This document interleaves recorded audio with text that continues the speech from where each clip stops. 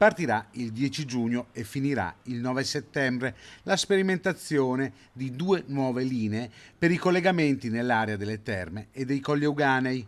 Una piccola rivoluzione per il comparto termale che sarà fruibile dai turisti e dai residenti. Il progetto nasce dalla volontà di Bus Italia e delle amministrazioni di cercare di trovare un'integrazione di quello che può essere il ferro col gomma e un trasporto pubblico locale che annetta le stazioni principali, che sono quella di Montegrotto e quella di Abano, nel poter trovare una soluzione intermodale, quindi consenta logicamente a quelle che possono essere le necessità individuali dei residenti. Colli Euganei Link e linea AM Abano Montegrotto, questi i nomi delle 2 nuove linee, una decina di corse l'una con biglietto da 2,50 € per la corsa singola con validità 100 minuti o 10 € con validità per l'intera giornata. Io conto molto sugli albergatori perché un progetto del genere è bellissimo.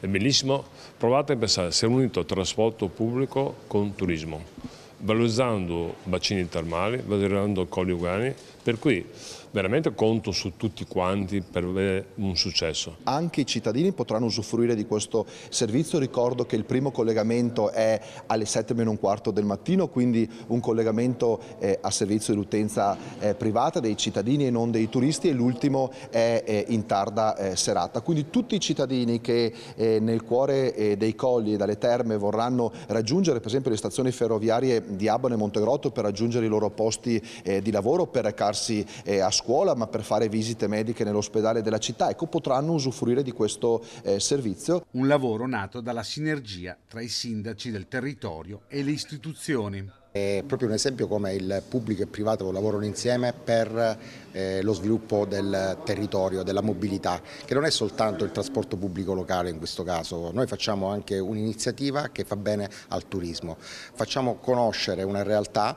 che porta circa 3 milioni di persone, di turisti sulle terme, sia a livello nazionale che internazionale.